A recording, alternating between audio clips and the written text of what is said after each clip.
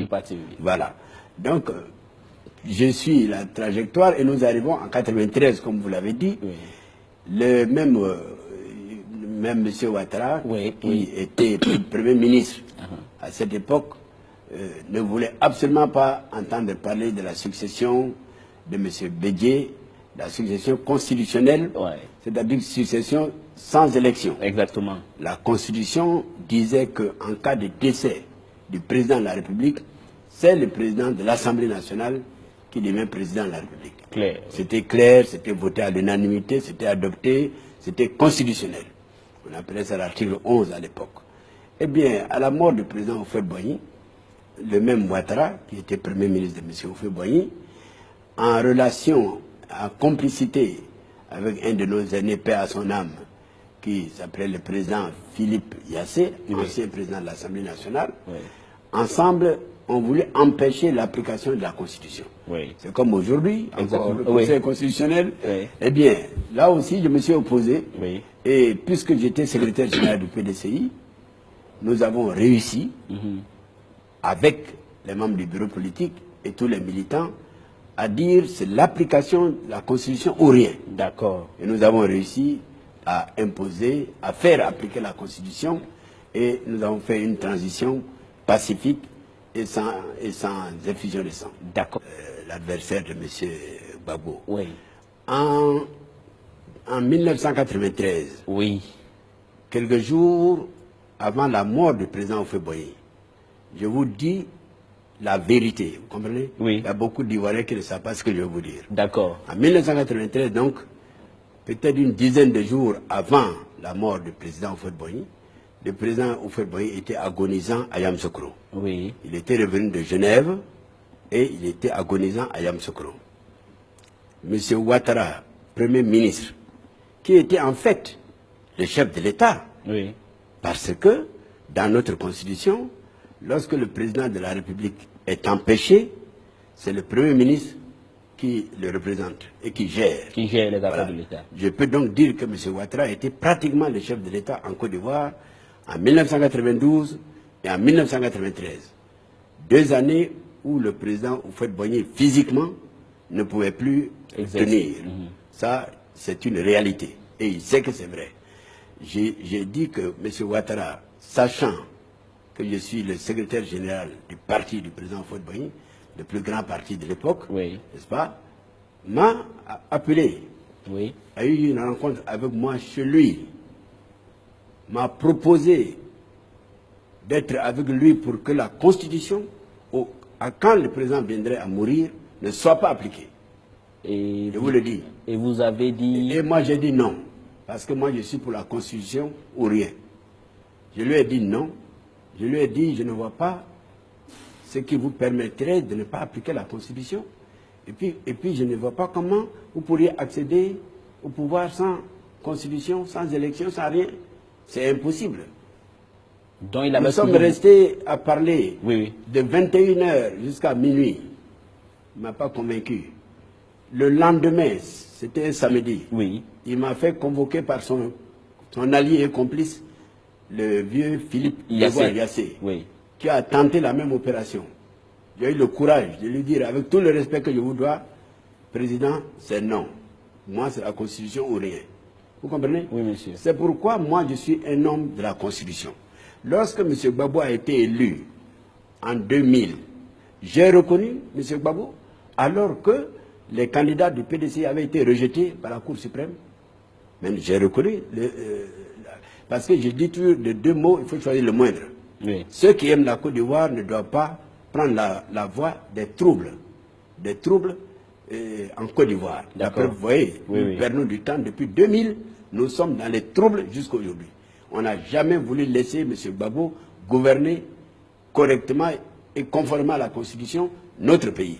Eh bien, j'ai reconnu le régime en 2000. Le président Gbagbo a été le premier à proposer un gouvernement d'ouverture. Le PDCI que je dirigeais a eu 4 ministres. On a proposé 7 ministres à M. Ouattara. Il a refusé. Alors, vous voyez, Donc- un monsieur comme ça, aujourd'hui, qui a refusé la coopération en l'an 2000, parce qu'il n'était pas élu président de la République, parce que sa candidature avait été rejetée.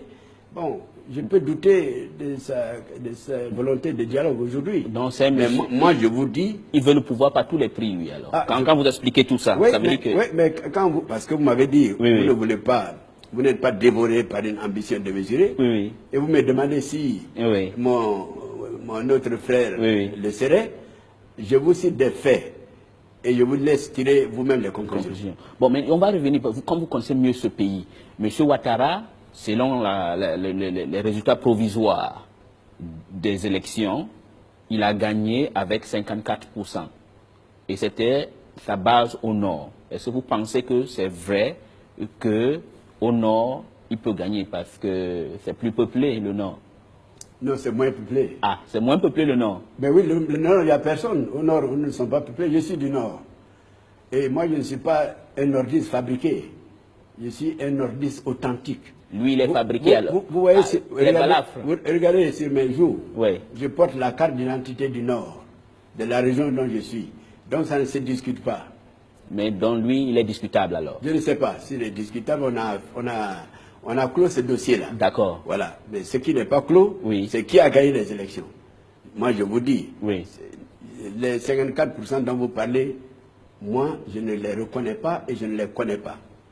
Cette affaire est un coup monté, grotesque et même vraiment inintelligent. Moi, je trouve ça vraiment inintelligent. Donc, vous pensez que la France voulait organiser un coup d'État chez vous, constitutionnel, un coup d'État sans armes? Mais moi, pas seulement je ne crois pas, je suis sûr. Je suis sûr. Je dis, pour moi, avant même les élections, M. Sarkozy, le président de la République française, avait décidé qui serait président de la République en Côte d'Ivoire. Depuis l'élection de M. Gbagbo en Côte d'Ivoire, les autorités françaises ne l'ont jamais accepté. Mais pourquoi expliquez-vous cela? Monsieur Gbagbo, à moins que je me trompe, son papa a été un militaire français, si je ne sais pas. Il est proche, il est francophone, il est francophile. Il est membre du International Socialist. Pourquoi les Français ont cette haine ou ne veulent pas de M. Gbagbo? Parce que M. Gbagbo est un président africain qui ne ressemble pas aux autres. C'est comme si vous me demandez pourquoi on a tué Lumumba, pourquoi on a tué Sankara, pourquoi on a mis en quarantaine le président Sékou Touré pendant des années, pourquoi, etc., ou Nyombe, tous ces gens-là. Je dis que M. Gbagbo fait partie de la race de ces personnalités africaines qu'on a tuées. Peut-être ils sont arrivés trop tôt. On les a tués plus rapidement. Mais M. Gbagbo est un peu de cette famille-là. Personne n'avait pensé que la Côte d'Ivoire, qui était considérée comme un peu la fille de la France, avec le président Houphouët-Boigny, même avec son successeur, où la France est à son aise, comme un poisson dans l'eau, personne n'avait imaginé qu'il sortirait un jour d'ici un Ivoirien pour dire nous voulons être souverains, nous voulons être responsables de nos affaires. Monsieur le Président. Donc M. Gbagbo n'était pas le président attendu par la France. Est-ce que M. Houphouët-Boigny n'a pas un peu contribué à ça? Parce que vous le savez très bien, il était la fille de la France et tout. Et M. Houphouët-Boigny a contribué à faire peut-être des coups pour la France ici. Peut-être les Français se sont dit que tous les Ivoiriens sont comme ça, ils sont cons. Ils vont marcher comme on veut. Est-ce que ce n'est pas M. Houphouët-Boigny qui a contribué à faire ce genre à cause de ces gènes? Moi, j'ai travaillé près de 15 ans auprès du président Houphouët-Boigny. C'était un homme d'une extrême délicatesse et d'une extrême finesse.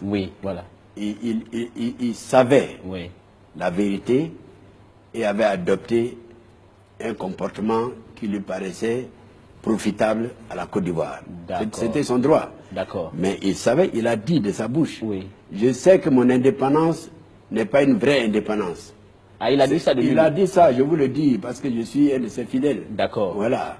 Je connais, excusez-moi, je ne suis pas modeste, peut-être le président Houphouët-Boigny plus que, en tout cas plus que la majorité des Ivoiriens. Ça c'est vrai. Voilà. J'étais journaliste, j'étais son journaliste. Donc je sais de quoi je parle.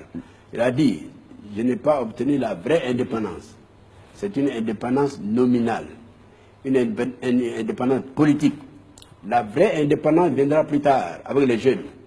lorsque les jeunes seront formés. Et c'est les Laurent Gbagbo alors. Et capables de parler d'égal à égal. D'accord. Oui, je ne sais pas s'ils pensaient à Laurent Gbagbo, mais moi j'ai le sentiment que c'est Laurent Gbagbo aujourd'hui, parce que c'est lui qui veut parler.